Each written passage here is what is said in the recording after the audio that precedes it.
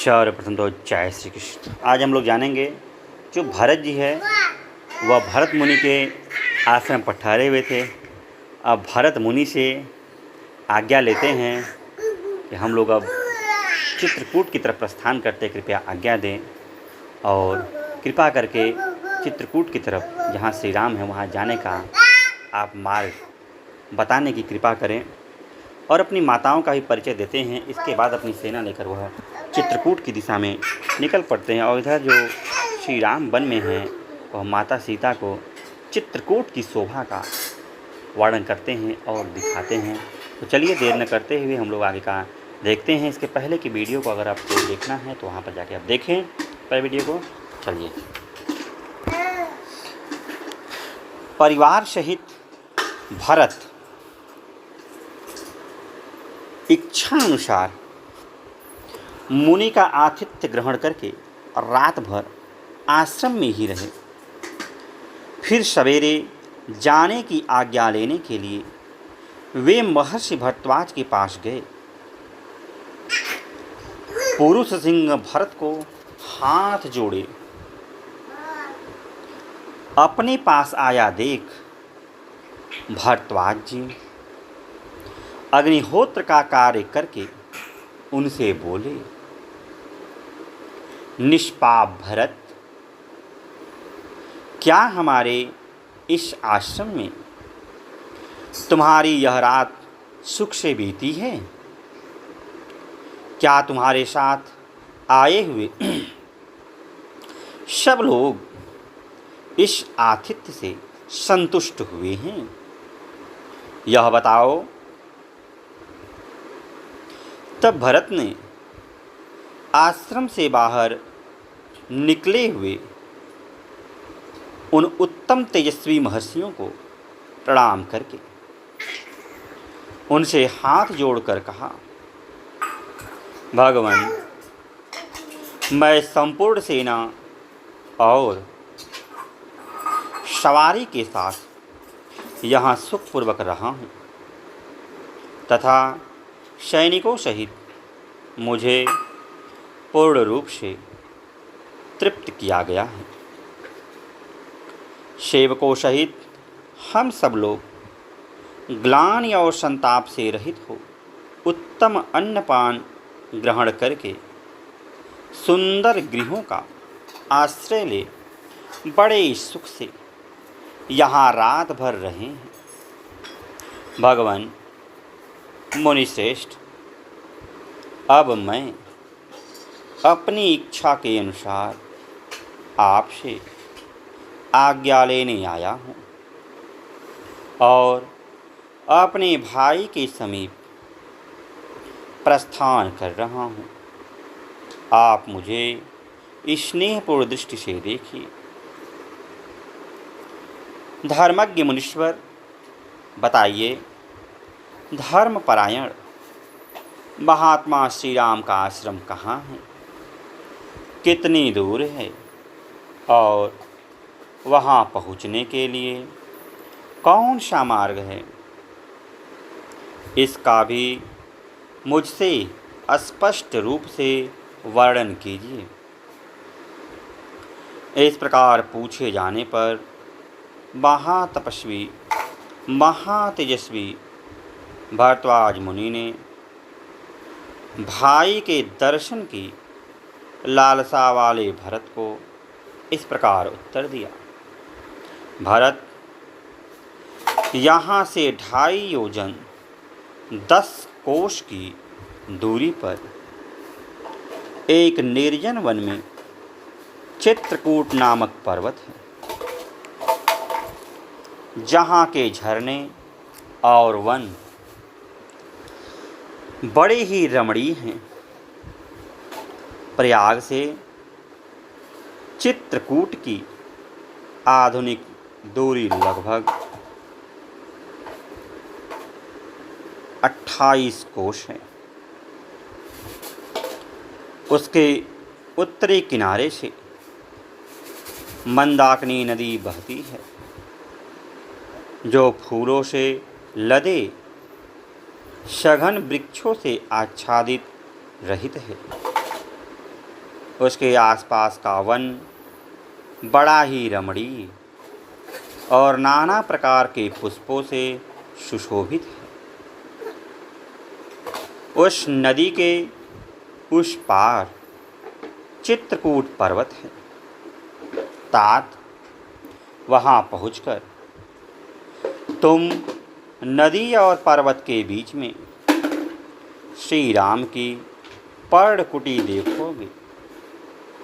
वे दोनों भाई श्री राम और लक्ष्मण निश्चय ही उसी में निवास करते हैं।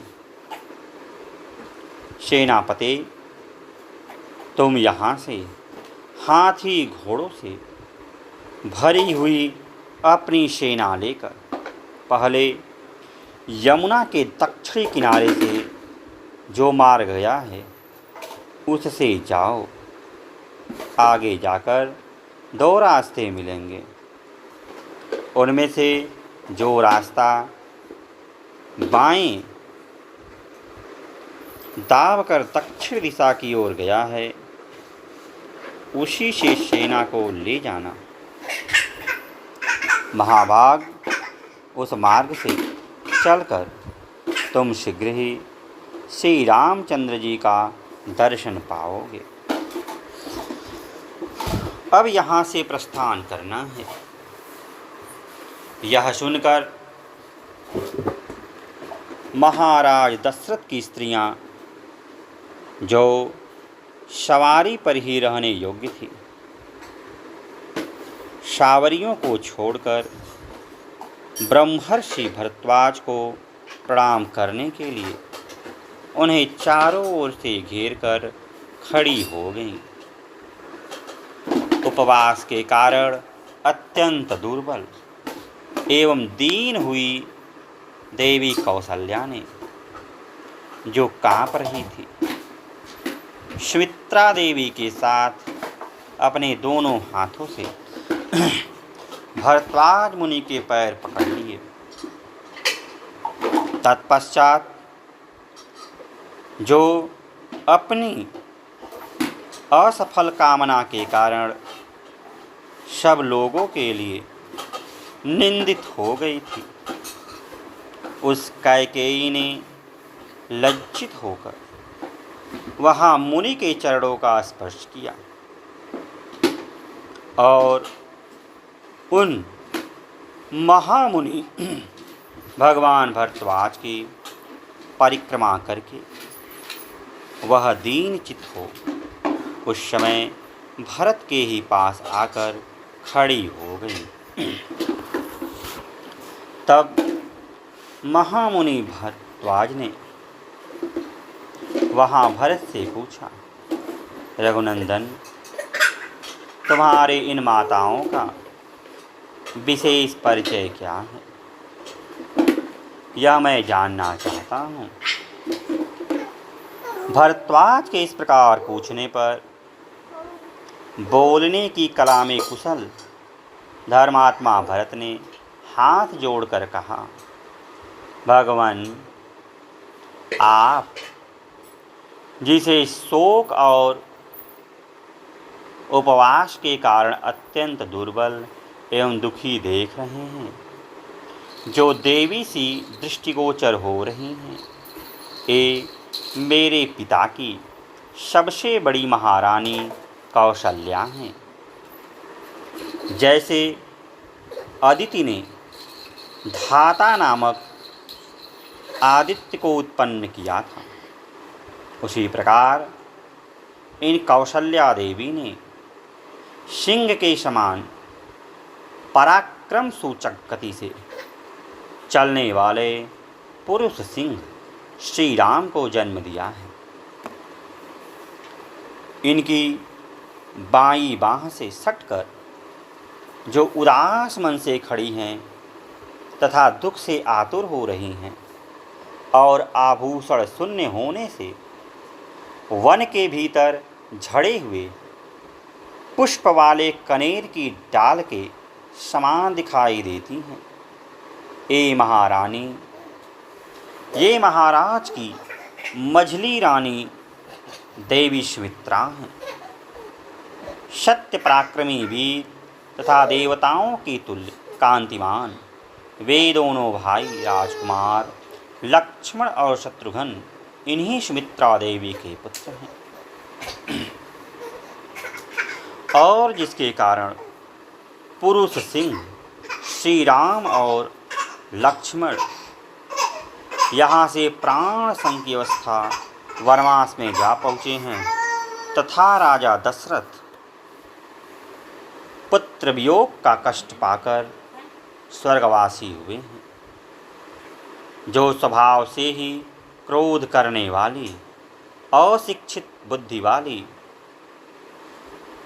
गर्वीली अपने आप को सबसे अधिक सुंदरी और भाग्यवती समझने वाली तथा राज्य का लोभ रखने वाली जो शक्ल सूरत से आर्य होने पर भी वास्तव में अनार्य हैं, इस कैकेयी को मेरी माता समझिए। यह बड़ी ही क्रूर और पापपूर्ण विचार रखने वाली है। मैं अपने ऊपर जो महान संकट आया हुआ देख रहा हूँ, इसका मूल कारण यही है कैकेयी, जो कि मेरी माँ है।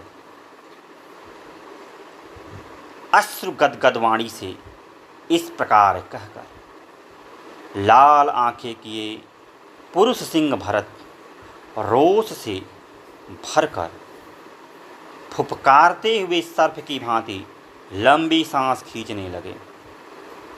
उस समय ऐसी बातें कहते हुए भरत से श्री रामावतार के प्रयोजन को जानने वाले महाबुद्धिमान महर्षि भरद्वाज ने उनसे यह बात कही, भरत, तुम कैकेयी के प्रति दोष दृष्टि न करो। श्री राम का यह वनवास भविष्य में बड़ा ही सुखद होगा। श्री राम के वन में जाने से देवताओं, दानवों तथा परमात्मा का चिंतन करने वाले महर्षियों का इस जगत में हित ही होने वाला है। श्री राम का पता जानकर और मुनि का आशीर्वाद पाकर कृतकृत्य हुए भरत ने मुनि को मस्तक झुका उनकी प्रदक्षिणा करके जाने की आज्ञा ले सेना को कूच के लिए तैयार होने का आदेश दिया। तदनंतर अनेक प्रकार की वेशभूषा वाले लोग बहुत से दिव्य घोड़ों और दिव्य रथों को जो सुवर्ण से विभूषित थे जोतकर यात्रा के लिए उन पर सवार हुए। बहुत सी हथिनियाँ और हाथी जो सुनहरे रस्सों से कसे गए थे और जिनके ऊपर पताकाएं फहरा रही थी, वर्षा काल के गरजते हुए मेघों की समान घंटानाद करते हुए वहाँ से प्रस्थित हुई। नाना प्रकार के छोटे बड़े बहुमूल्य वाहनों पर सवार हो उनके अधिकारी चले और पैदल सैनिक अपने पैरों से ही यात्रा करने लगे। तत्पश्चात कौशल्या आदि रानियां उत्तम सावरियों पर बैठकर श्री रामचंद्र के दर्शन की अभिलाषा से प्रसन्नतापूर्वक चली। इसी प्रकार श्रीमान भरत नवोदित चंद्रमा और सूर्य के समान कांतिमती शिविका में बैठकर आवश्यक सामग्रियों के साथ प्रस्थित हुए। उस शिविका को कहारों ने अपने कंधों पर उठा रखा था। हाथी घोड़ों से भरी हुई वह विशाल वाहिनी दक्षिण दिशा को घेर कर उमड़ी हुई महामेघों की घड़ा के समान चल पड़ी। गंगा के उस पार पर्वतों तथा नदियों के निकटवर्ती वनों को, जो मृगों और पक्षियों से सेवित, लांघकर वह आगे बढ़ गई। उस सेना के हाथी और घोड़ों के समुदाय बड़े प्रसन्न थे। जंगल के मृगों और पक्षी समूहों को भयभीत करती हुई भरत की सेना उस विशाल वन में प्रवेश करके बड़ी ही शोभा पा रही थी। यात्रा करने वाली उस विशाल वाहिनी से पीड़ित हो वनवासी युद्धपति, मत वाले हाथी आदि अपने युद्धों के साथ भाग चले। रीछ, चितकबरे मृग तथा रूरू नामक मृग वन प्रदेशों में, पर्वतों में और नदियों के तटों पर चारों ओर उस सेना से पीड़ित दिखाई देते थे। महान कोलाहल करने वाली उस विशाल चतुरंगड़ी सेना से घिरे हुए धर्मात्मा दशरथ नंदन भरत बड़ी प्रसन्नता के साथ यात्रा कर रहे थे। जैसे वर्षा ऋतु में मेघों की घटा आकाश को ढक लेती है, उसी प्रकार महात्मा भरत की समुद्र जैसी उस विशाल सेना ने दूर तक के भूभाग को आच्छादित कर लिया था।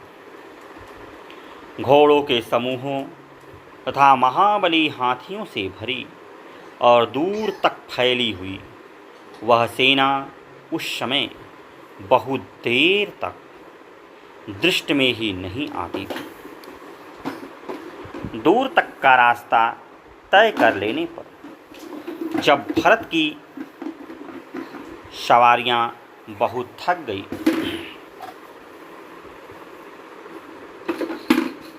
तब श्रीमान भरत ने मंत्रियों में श्रेष्ठ वशिष्ठ से कहा,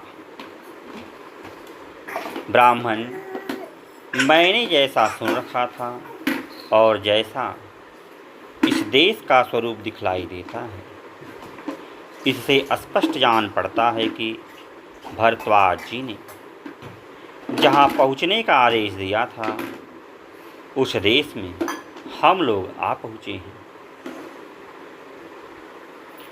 जान पड़ता है यही चित्रकूट पर्वत है तथा वह मंदाकिनी नदी बह रही है। यह पर्वत के आसपास का वन दूर से नील मेघ के समान प्रकाशित हो रहा है। इस समय मेरे पर्वताकार हाथी चित्रकूट के रमणी शिखरों का अवमर्दन कर रहे हैं।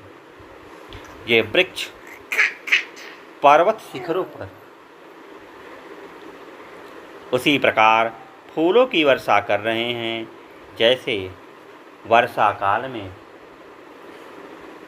नील जलधार मेघ उस पर जल की वृष्टि करते हैं। इसके बाद भरत शत्रुघ्न से कहते हैं,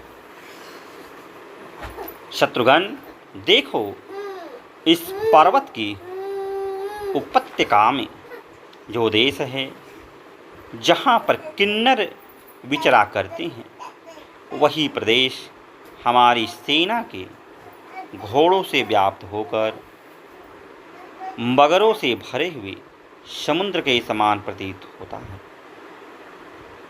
सैनिकों के खदेड़े हुए ये मृगों के झुंड तीव्र वेग से भागते हुए वैसा ही शोभा पा रहे हैं, जैसे शरत काल के आकाश में हवा से उड़ाए गए बादलों के समूह सुशोभित होते हैं। ये सैनिक अथवा वृक्ष मेघ के समान कांति वाली ढालों से उपलक्षित होने वाले दक्षिण भारतीय मनुष्यों के समान अपने मस्तकों अथवा शाखाओं पर सुगंधित पुष्प गुच्छमय आभूषणों को धारण करते हैं। यह वन जो पहले जनरव शून्य होने के कारण अत्यंत भयंकर दिखाई देता था, वही इस समय हमारे साथ आए हुए लोगों से व्याप्त होने के कारण मुझे अयोध्यापुरी के समान प्रतीत होता है।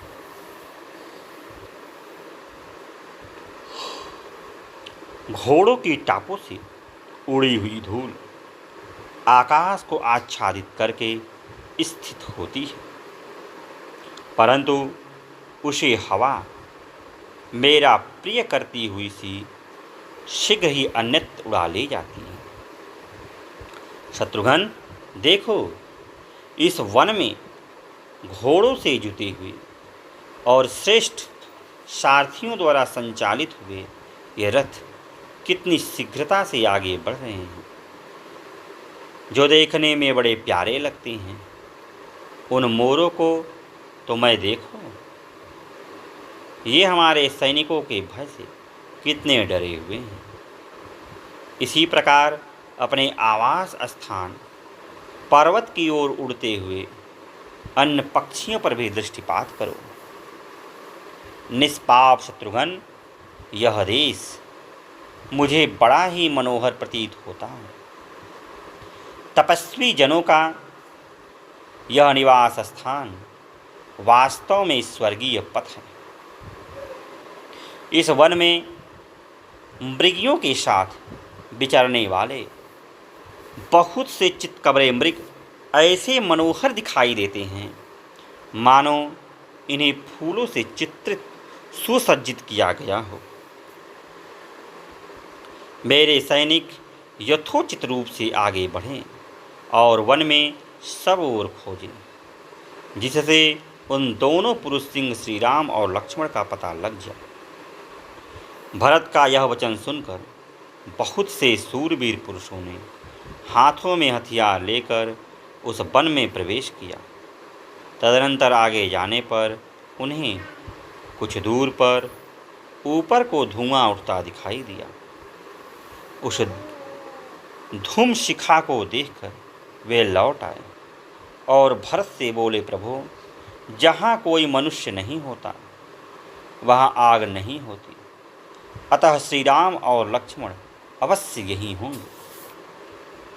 यदि शत्रुओं को संताप देने वाले पुरुष सिंह राजकुमार श्री राम और लक्ष्मण यहाँ न हो तो भी श्री राम जैसे तपस्वी दूसरे कोई तपस्वी तो अवश्य ही होंगे। उनकी बातें श्रेष्ठ पुरुषों द्वारा मानने योग्य थी। उन्हें सुनकर शत्रु सेना का मर्दन करने वाले भरत ने उन समस्त सैनिकों से कहा, तुम सब लोग सावधान होकर यहीं ठहरो, यहाँ से आगे न जाना। अब मैं ही वहाँ जाऊँगा, मेरे साथ सुमंत्र और धृति भी रहेंगे। उनकी ऐसी आज्ञा पाकर समस्त सैनिक वहीं सब ओर फैलकर खड़े हो गए और भरत ने जहाँ धुआं उठ रहा था उस ओर अपनी दृष्टि स्थिर की। भरत के द्वारा वहाँ ठहराई गई वह सेना आगे की भूमि का निरीक्षण करती हुई भी वहाँ हर्षपूर्वक खड़ी रही, क्योंकि उस समय उसे मालूम हो गया था कि अब शीघ्र ही श्री रामचंद्र से मिलने का अवसर आने वाला है। गिरिवर चित्रकूट श्री राम को बहुत ही प्रिय लगता था। वे उस पर्वत पर बहुत दिनों से रह रहे थे। एक दिन अमर तुल्य तेजस्वी दशरथ नंदन श्री राम विदेह राजकुमारी सीता का प्रिय करने की इच्छा से तथा अपने मन को भी बहलाने के लिए अपनी भार्या को विचित्र चित्रकूट की शोभा का दर्शन कराने लगे। मानो देवराज इंद्र अपनी पत्नी सची को पार्वती सुषमा का दर्शन करा रहे हैं। वे बोले, भद्रे, यद्यपि मैं राज्य से भ्रष्ट हो गया हूँ तथा मुझे अपने हितैषी सुहृदयों से विलग होकर रहना पड़ता है, तथापि जब मैं इस रमणीय पर्वत की ओर देखता हूँ तब मेरा सारा दुख दूर हो जाता है। राज्य का न मिलना और सुहृदयों का बिछोह होना भी मेरे मन को व्यथित नहीं कर पाता है। कल्याणी, इस पर्वत पर दृष्टिपात करो। नाना प्रकार के असंख्य पक्षी यहाँ कलरव कर रहे हैं। नाना प्रकार के धातुओं से मंडित इसके गगनचुंबी शिखर मानो आकाश को बेध रहे हैं। इन शिखरों से विभूषित हुआ यह चित्रकूट कैसी शोभा पा रहा है। विभिन्न धातुओं से अलंकृत अचल रहा चित्रकूट के प्रदेश कितने सुंदर लगते हैं। इनमें से कोई तो चांदी के समान चमक रहे हैं, कोई लोहू की लाल आभा का विस्तार करते हैं।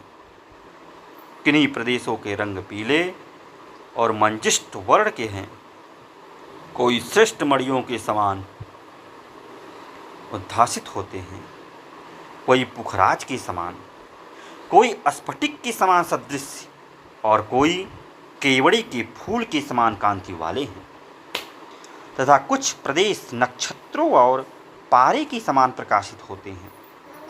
यह पर्वत बहुसंख्य पक्षियों से व्याप्त है तथा नाना प्रकार के मृगों, बड़े बड़े व्याघ्रों, चीतों और रीछों से भरा हुआ है। वे व्याघ्र आदि हिंसक जंतु अपने दुष्ट भाव का परित्याग करके यहाँ रहते हैं और इस पर्वत की शोभा बढ़ाते हैं। आम, जामुन, असन, लोध, प्रियाल, कटहल, धौ, अंकोल, भव्य, तिनिस, बेल, तिंदुक, बांस, कसमरी, मधुपर्णिका, अरिष्ट, नीम, वरण, महुआ, तिलक, बेर, आंवला, कंदब, बेत, धनवन, इंद्रौज, बीजक, अनार आदि घनी छाया वाले वृक्षों से जो फूलों और फलों से लदे होने के कारण मनोरम प्रतीत होते थे। व्याप्त हुआ यह पर्वत अनुपम शोभा का पोफड़ एवं विस्तार कर रहा है। इन रमणीय शैल शिखरों पर उन प्रदेशों को देखो जो प्रेम मिलन की भावना का उद्दीपन करके आंतरिक हर्ष को बढ़ाने वाले हैं। वहाँ मनस्वी किन्नर दो दो एक साथ होकर टहल रहे हैं। इन किन्नरों के खड्ग पेड़ों की डालियों में लटक रहे हैं। इधर विद्याधरों की स्त्रियों के मनोरम क्रीड़ा स्थलों तथा वृक्षों की शाखाओं पर रखे हुए उनके सुंदर वस्त्रों की ओर भी देखो। इसके ऊपर कहीं ऊंचे से झरने गिर रहे हैं, कहीं जमीन के भीतर से सोते निकले हैं और कहीं कहीं छोटे छोटे स्रोत प्रवाहित हो रहे हैं। इन सब के द्वारा यह पर्वत मदक की धारा बहाने वाले हाथी के समान शोभा पाता है। गुफाओं से निकली हुई वायु नाना प्रकार की पुष्पों की प्रचुर गंध लेकर नासिका को तृप्त करती हुई किस पुरुष के पास आकर उसका हर्ष नहीं बढ़ा रही है। सती साध्वी सीते, यदि तुम्हें और लक्ष्मण के साथ मैं यहाँ अनेक वर्षों तक रहूँ तो भी नगर त्याग का शोक मुझे कदापि पीड़ित नहीं करेगा। भामिनी, बहुतेरे फूलों और फलों से युक्त तथा नाना प्रकार के पक्षियों से सेवित इस विचित्र शिखर वाले और रमणीय पर्वत पर मेरा मन बहुत लगता है। प्रिय, इस वनवास से मुझे 2 फल प्राप्त हुए हैं, 2 लाभ हुआ है। एक तो धर्मानुसार पिता की आज्ञा का पालन रूप ऋण चुक गया, दूसरा भाई भरत का प्रिय हुआ। विदेह कुमारी, क्या चित्रकूट पर्वत मेरे साथ मन, वाणी और शरीर को प्रिय लगने वाले भांति भांति के पदार्थों को देखकर तुम्हें आनंद प्राप्त होता है? रानी, मेरे प्रपितामह मनु आदि उत्कृष्ट राजर्षियों ने नियम पूर्वक किए गए इन वनवास को ही अमृत बतलाया है। इससे शरीर त्याग के पश्चात परम कल्याण की प्राप्ति होती है। चारों ओर इस पर्वत की सैकड़ों विशाल शिलाएं शोभा पा रही हैं, जो नीले, पीले, सफ़ेद और लाल आदि विविध रंगों से अनेक प्रकार के दिखाई देती हैं। रात में इस पर्वतराज के ऊपर लगी हुई सहस्त्रों औषधियाँ अपनी प्रभा सम्मत से प्रकाशित होती हैं, अग्रशिखा के समान उद्भासित होते हैं। भामिनी, इस पर्वत के कई स्थान घर की भांति दिखाई देते हैं, क्योंकि वे वृक्षों की घनी छाया से आच्छादित है और कई स्थान चंपा, मालती आदि फूलों की अधिकता के कारण उद्यान के समान सुशोभित होते हैं, तक कितने ही स्थान ऐसे हैं जहाँ बहुत दूर तक एक ही शिला फैली हुई है। इन सब की बड़ी शोभा होती है। ऐसा जान पड़ता है कि यह चित्रकूट पर्वत पृथ्वी को फाड़कर ऊपर उठ आया है। चित्रकूट का यह शिखर सब ओर से सुंदर दिखाई देता है। प्रिय, देखो, ये विलासियों के बिस्तर, जिन पर उत्पल, पुत्र जीवक, पुन्नाग और भोजपत्र, इनके पत्ते ही चादर का काम देते हैं तथा इनके ऊपर सब ओर से कमलों के पत्ते बिछे हुए। प्रियतमे, एक कमलों की मालाएं दिखाई देती हैं, जो विलासियों द्वारा मसल कर फेंक दी गई हैं। उधर देखो, वृक्षों में नाना प्रकार के फल लगे हुए हैं। बहुत से फल, मूल और जल से संपन्न यह चित्रकूट पर्वत कुबेर नगरी, वश्वकसारा, अलका, इंद्रपुरी, नलिनी, अमरावती तथा नलिनी नाम से प्रसिद्ध कुबेर की सौगंध कमलों से युक्त पुष्पकरणी तथा उत्तर कुरु भी अपनी शोभा से तिरस्कृत कर रहा है। प्राणवल्लभे सीते, अपने उत्तम नियमों का पालन करते हुए सन्मार्ग पर स्थित रहकर यदि तुम्हारे और लक्ष्मण के साथ यह 14 वर्षों का समय मैं सानंद व्यतीत कर लूँगा तो मुझे वह सुख प्राप्त होगा जो कुल धर्म को बढ़ाने वाला है। तदनंतर उस पर्वत से निकलकर कौशल नरेश श्री रामचंद्र जी ने मिथिलेश कुमारी सीता को पूरे सलीला रमणी मंदाकिनी नदी का दर्शन कराया और उस समय कमल नयन श्री राम ने चंद्रमा के समान मनोहर मुख तथा सुंदर कटी प्रदेश वाली विदेह राजनंदिनी सीता से इस प्रकार कहा, प्रिय, अब मंदाकिनी नदी की शोभा देखो। हंस और सारसों से सेवित होने के कारण यह कितनी सुंदर जान पड़ती है। इसका किनारा बड़ा ही विचित्र है। नाना प्रकार के पुष्प इसकी शोभा बढ़ा रहे हैं। फल और फूलों के भार से लदे हुए नाना प्रकार के तटवर्ती वृक्षों से घिरी हुई यह मंदाकिनी कुबेर के सौगंध की सरोवर की भांति सब ओर से सुशोभित हो रही है। हरिणों के झुंड पानी पीकर इस समय यद्यपि यहाँ का जल गदला कर गए हैं, तथापि इसके रमणीय घाट मेरे मन को बड़ा आनंद दे रहे हैं। प्रिय, वह देखो, जटा, मृगचर्म और वल्कल का उत्तरी धारण करने वाले महर्षि उपयुक्त समय में आकर इस मंदाकिनी नदी में स्नान कर रहे हैं।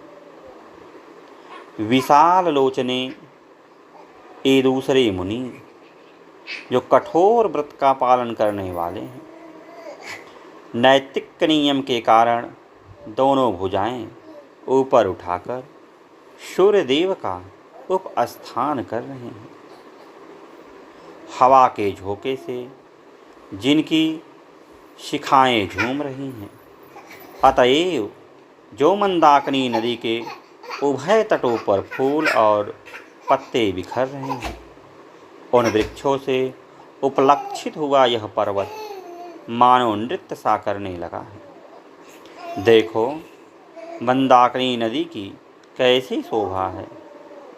कहीं तो इसमें मोतियों के समान स्वच्छ जल बहता दिखाई देता है, कहीं यह ऊंचे कगारों से ही शोभा पाती है।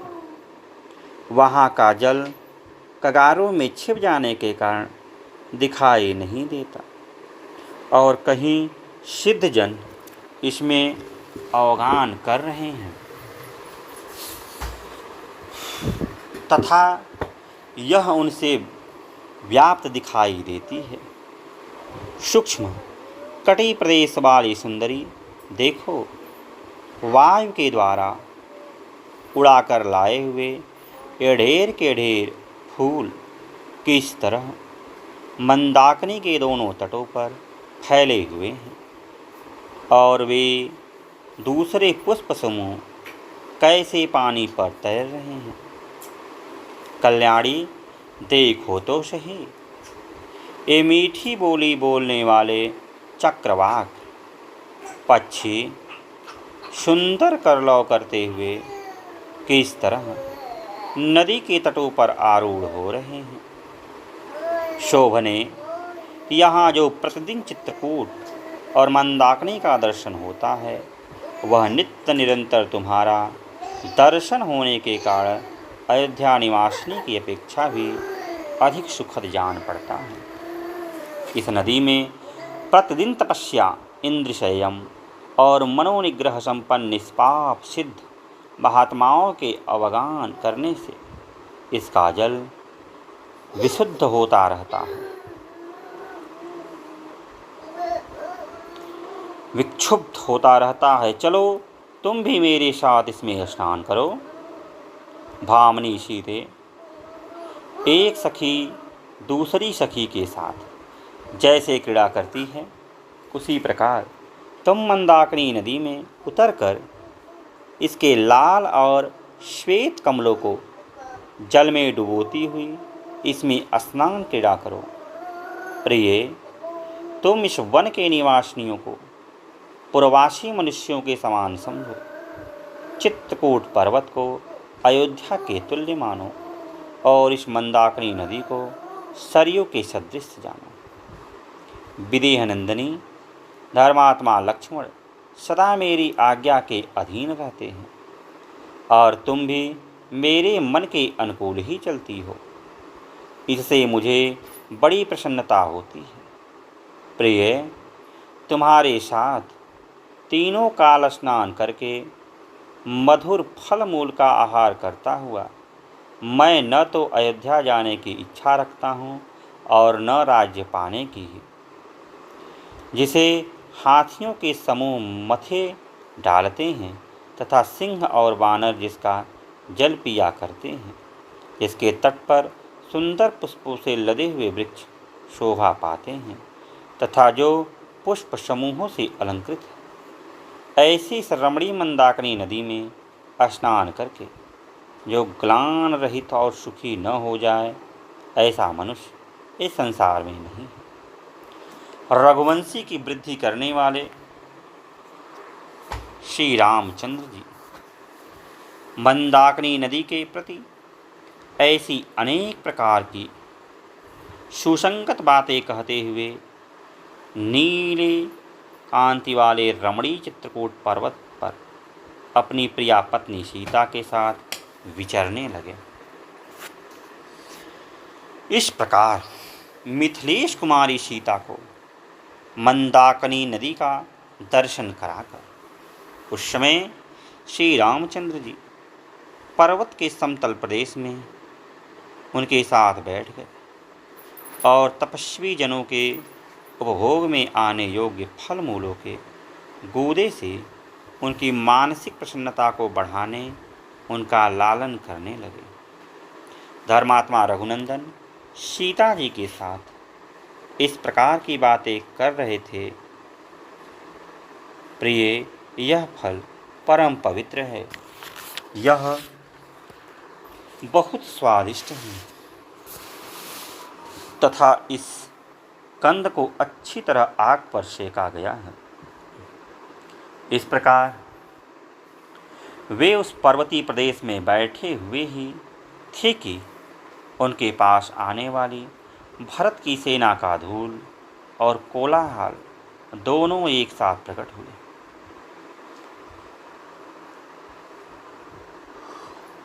और आकाश में फैलने लगे।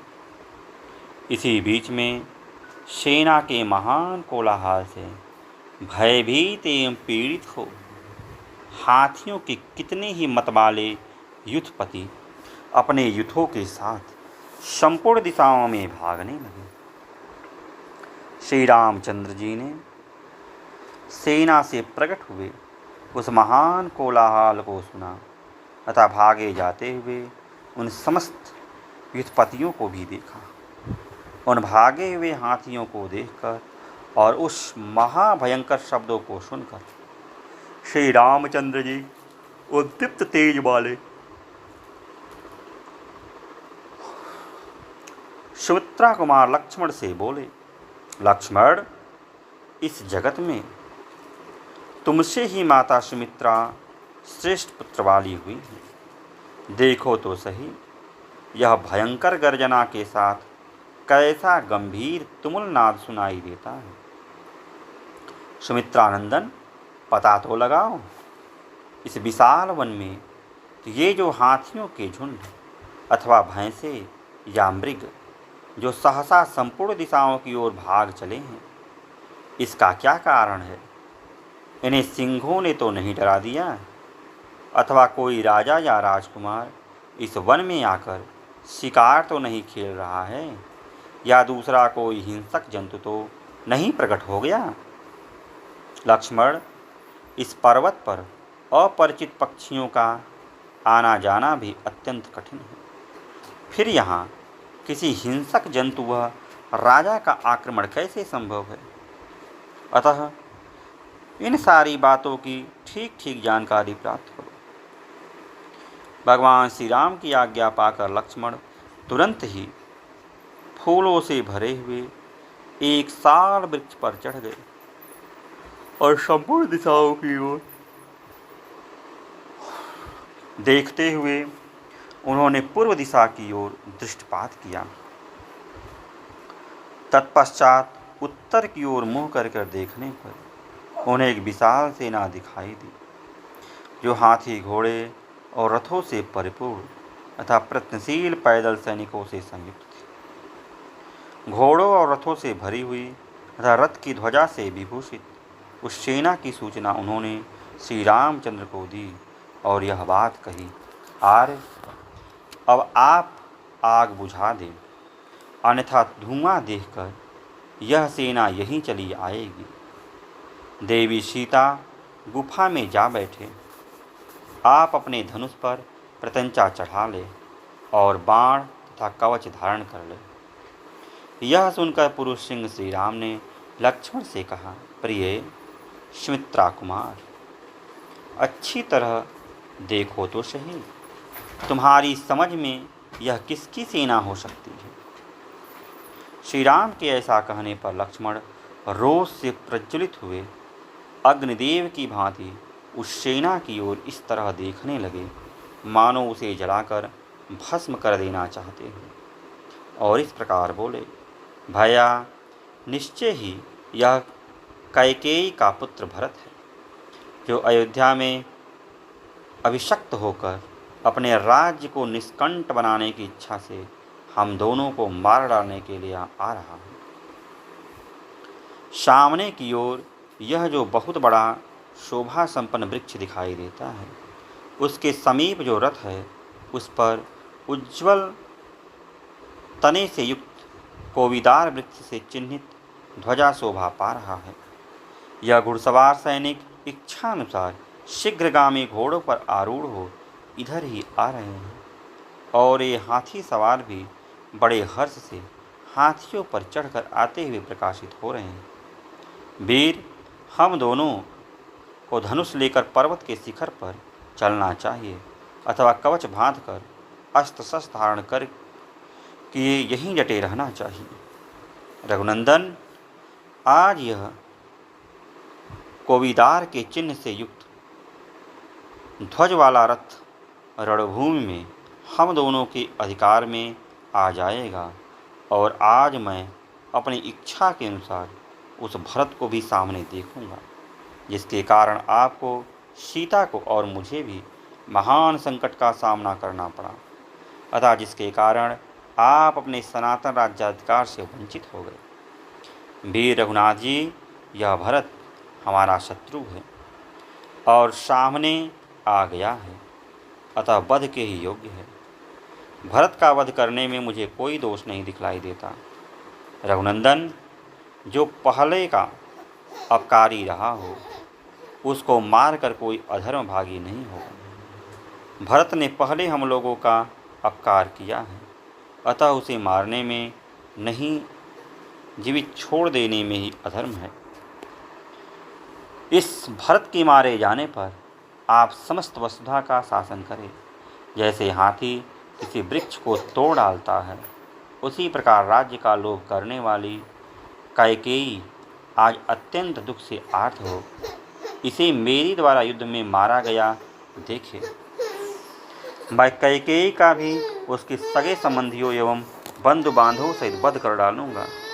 आज ये पृथ्वी कैकेयी रूप महान पाप से मुक्त हो जा। मानद, आज मैं आपके रोके हुए क्रोध और तिरस्कार को शत्रुओं की सेना पर उसी प्रकार छोड़ूंगा जैसे सूखे घास फूस के ढेर में आग लगा दी जाए। अपने तीखे बाणों से शत्रुओं के शरीर के टुकड़े टुकड़े करके मैं अभी चित्रकूट के इस वन को रक्त से सींच दूंगा। मेरे बाणों से विदृढ़ हुए हृदय वाले हाथियों और घोड़ों को तथा मेरे हाथ से मारे गए मनुष्यों को भी गीदड़ आदि मांस भक्षी जंतु इधर उधर घसीटे। इस महान वन में सेना सहित भरत का वध करके मैं धनुष और बाण के ऋण से ऋण हो जाऊंगा, इसमें संशय नहीं है।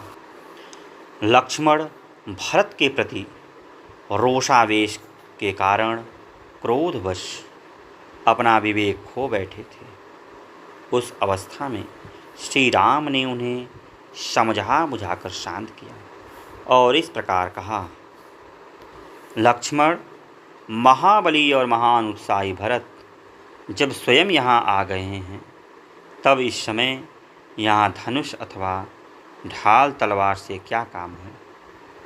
लक्ष्मण, पिता के सत्य की रक्षा के लिए प्रतिज्ञा करके यदि मैं युद्ध में भरत को मारकर उसका राज्य छीन लूँ तो संसार में मेरी कितनी निंदा होगी। फिर मैं उस कलंकित राज्य को लेकर मैं क्या करूँगा। अपने बंधु बांधवों या मित्रों का विनाश करके जिस धन की प्राप्ति होती हो वह तो विस्मृति भोजन के समान सर्वथा त्याग देने योग्य है। मैं कदापि ग्रहण नहीं करूँगा। लक्ष्मण, मैं तुमसे प्रतिज्ञापूर्वक कहता हूँ कि धर्म, अर्थ, काम और पृथ्वी का राज्य भी मैं तुम्ही लोगों के लिए चाहता हूँ। सुमित्रा कुमार, मैं भाइयों के संग्रह और सुख के लिए ही राज्य की भी इच्छा करता हूँ और इस बात की सच्चाई के लिए मैं अपना धनुष छू कर शपथ खाता हूँ। सौम्य लक्ष्मण, समुद्र से घिरी हुई यह पृथ्वी मेरे लिए दुर्लभ नहीं है, परंतु मैं अधर्म से इंद्र का पद पाने की भी इच्छा नहीं कर सकता। मानद, भरत को, तुमको और शत्रुघ्न को छोड़कर यदि मुझे कोई सुख मिलता हो तो उसे अग्निदेव जलाकर भस्म कर डाले। वीर पुरुष प्रवर भरत बड़े भातृभक्त हैं, वे मुझे प्राणों से भी बढ़कर प्रिय हैं। मुझे तो ऐसा मालूम होता है कि भरत ने अयोध्या में आने पर जब सुना है कि मैं तुम्हारे और जानकी के साथ जटावल्कल धारण करके वन में आ गया हूँ, तब उनकी इंद्रियां शोक से व्याकुल हो उठी और वे कुल धर्म का विचार करके स्नेह युक्त हृदय से हम लोगों से मिलने आए हैं। इन भरत के आगमन का इसके सिवा दूसरा कोई उद्देश्य नहीं हो सकता। माता कैकेयी के प्रति कुपित हो उन्हें कठोर वचन सुनाकर और पिता को प्रसन्न करके श्रीमान भरत मुझे राज्य देने के लिए आए। भरत का हम लोगों से मिलने के लिए आना सर्वथा समयोचित है। वे हमसे मिलने के योग्य हैं।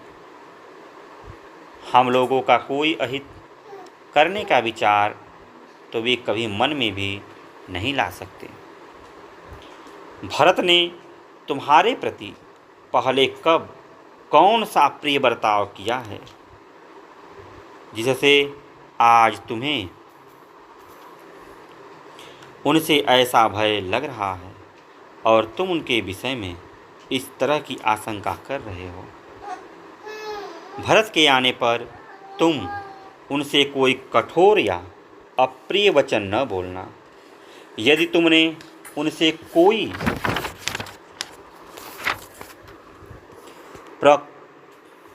प्रतिकूल बात कही तो वह मेरे ही प्रति कही हुई समझी जाएगी।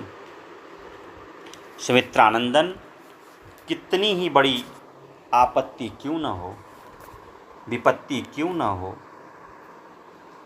या आ जाए, पुत्र अपने पिता को कैसे मार सकते हैं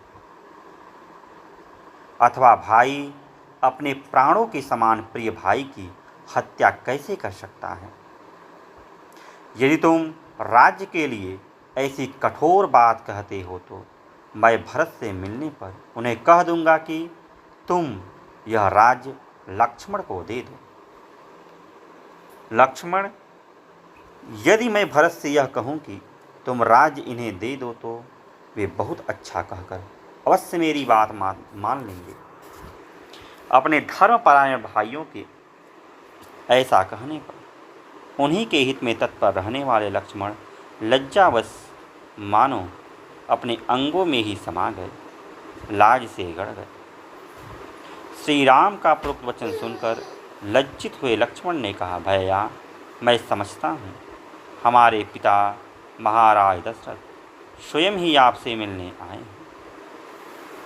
लक्ष्मण को लज्जित हुआ देख श्री राम ने उत्तर दिया, मैं भी ऐसा ही मानता हूँ कि हमारे महाबाहु पिताजी ही हम लोगों से मिलने आए हैं, अथवा मैं ऐसा मानता हूँ कि हमें सुख भोगने के योग्य मानते हुए पिताजी वनवास के कष्ट का विचार करके हम दोनों को निश्चय ही घर लौटा ले जाएंगे।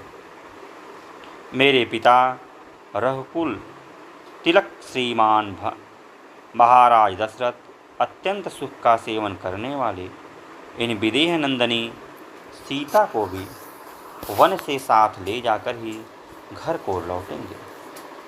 अच्छे घोड़ों के कुल में उत्पन्न हुए ये ही वे दोनों वायु के समान वेगशाली शीघ्रगामी वीर एवं मनोरम अपने उत्तम घोड़े चमक रहे हैं।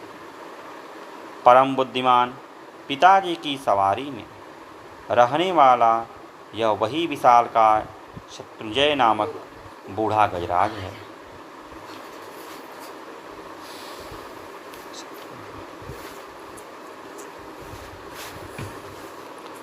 जो सेना के मुहाने पर झूमता हुआ चल रहा महाभाग, परंतु इसके ऊपर पिताजी का वह विख्यात दिव्य श्वेत छत्र मुझे नहीं दिखाई देता है। इससे मेरे मन में संशय उत्पन्न होता है। लक्ष्मण, अब मेरी बात मानो और पेड़ से नीचे उतर आओ। धर्मात्मा श्री राम ने सुमित्रा कुमार लक्ष्मण से जब ऐसी बात कही, तब युद्ध में विजय पाने वाले लक्ष्मण उस साल वृक्ष के अग्रभाग से उतरे और श्री राम के पास हाथ जोड़कर खड़े हो गए। उधर भरत ने सेना को आज्ञा दी कि यहाँ किसी को हम लोगों के द्वारा बाधा नहीं पहुँचनी चाहिए। उनका यह आदेश पाकर समस्त सैनिक पर्वत के चारों ओर नीचे ही ठहर गए। उस समय हाथी घोड़े और मनुष्यों से भरी हुई इक्ष्वाकुवंशी नरेशों की वह सेना पर्वत के आसपास की 1.5 योजन 6 कोस भूमि घेर कर पड़ाव डाले हुई थी। नीतिज्ञ भरत धर्म को सामने रखते हुए गर्व को त्याग कर रघुनंदन श्री राम को प्रसन्न करने के लिए जिसे अपने साथ लाए थे, वह सेना चित्रकूट पर्वत के समीप बड़ी शोभा पा रही थी। इस प्रकार सेना को ठहराकर जंगम प्राणियों में श्रेष्ठ एवं प्रभावशाली भरत ने गुरु सेवा परायण एवं पिता के आज्ञा पालक श्री रामचंद्र के पास जाने का विचार किया। जब सारी सेना विनीत भाव से यथास्थान ठहर गई, तब भरत ने अपने भाई शत्रुघ्न से इस प्रकार कहा, सौम्य, बहुत से मनुष्यों के साथ इस निषादों को भी साथ लेकर तुम्हें शीघ्र ही इस वन में चारों ओर श्री रामचंद्र की खोज करनी चाहिए। निषाद राजगुह स्वयं भी धनुष बाण और तलवार धारण करने वाले अपने सहस्त्रों बंधु बांधवों से घिरे हुए जाएं और इस वन में ककुत्सवंशी श्री राम और लक्ष्मण का अन्वेषण करें। मैं स्वयं भी मंत्रियों और पूर्ववासियों, गुरुजनों तथा ब्राह्मणों के साथ उन सबसे घिरा रहकर पैदल ही सारे वन में विचरण करूँगा। जब तक श्री राम, महाबली लक्ष्मण अथवा महाभागा विदेह राजकुमारी सीता न देख लूँ, तब तक मुझे शांति नहीं मिलेगी। जब तक अपने पूज्य भ्राता श्री राम के कमल दल के सदृश विशाल नेत्रों वाले सुंदर मुख चंद्र का दर्शन न कर लूँगा, तब तक मेरे मन को शांति नहीं प्राप्त होगी। निश्चय ही सुमित्रा कुमार लक्ष्मण कृतार्थ हो गए, जो श्री रामचंद्र जी के उस कमल सदृश नेत्र वाले महाश्वेत तेजस्वी मुख का निरंतर दर्शन करते हैं, जो चंद्रमा के समान निर्मल एवं आह्लाद प्रदान करने वाला है। जब तक भाई श्री राम के राजोचित लक्ष्मण से युक्त चरणाबिंदों को अपने सिर पर नहीं रखूँगा, तब तक मुझे शांति नहीं मिलेगी। जब तक राज्य के सच्चे अधिकारी आर्य श्री राम पिता पितामहों के राज्य पर प्रतिष्ठित हो अपने अभिषेक के जल से आदर नहीं हो जाएंगे, तब तक मेरे मन को शांति नहीं प्राप्त होगी। जो समुद्र पर्यंत पृथ्वी के स्वामी अपने पतिदेव श्री रामचंद्र का अनुसरण करती है, वे जनक किशोरी विदेह राजनंदनी महाभाग सीता अपने सत्कर्म से कृतार्थ हो गई। जैसे नंदन वन में कुबेर निवास करते हैं, उसी प्रकार जिसके वन में ककुत्स कुलभूषण श्री रामचंद्र जी विराज रहे हैं, वह चित्रकूट परम मंगलकारी तथा गिरिराज हिमालय एवं वेंकटाचल के समान श्रेष्ठ पर्वत है। यह सर्पसेवित दुर्गम वन भी कृतार्थ हो गया, जहाँ शस्त्रधारियों में श्रेष्ठ महाराज श्री राम निवास करते हैं। ऐसा कहकर महातेजस्वी पुरुष प्रवर महाभाव भरत ने उस विशाल वन में पैदल ही प्रवेश किया। वक्ताओं में श्रेष्ठ भरत पर्वत शिखरों पर उत्पन्न हुए वृक्ष समूहों के, जिनकी शाखाओं के अग्रभाग फूलों से भरे थे, बीच से निकले। आगे जाकर वे बड़ी तेजी से चित्रकूट पर्वत के एक साल वृक्ष पर चढ़ गए और वहाँ से उन्होंने श्री रामचंद्र जी के आश्रम पर सुलगती हुई आग का ऊपर उठता हुआ धुआं देखा। उस धूम को देखकर श्रीमान भरत को अपने भाई शत्रुघ्न सहित बड़ी प्रसन्नता हुई और यही श्री राम हैं, यह जानकर उन्हें अथाह जल से पार हो जाने के समान संतोष प्राप्त हुआ। इस प्रकार चित्रकूट पर्वत पर पुण्यात्मा महर्षियों से युक्त श्री रामचंद्र जी का आश्रम देखकर महात्मा भरत ने ढूंढने के लिए आई हुई सेना को पुनः पूर्व स्थान पर ठहरा दिया और वे समय स्वयं गुह के साथ, जो निषाद राजगुह थे, उनके साथ शीघ्रतापूर्वक आश्रम की ओर चल दिए। तो आज के लिए इतना ही, फिर किसी दिन अन्य वीडियो मिलते हैं। तब तक के लिए जय श्री कृष्ण, जय श्री कृष्ण।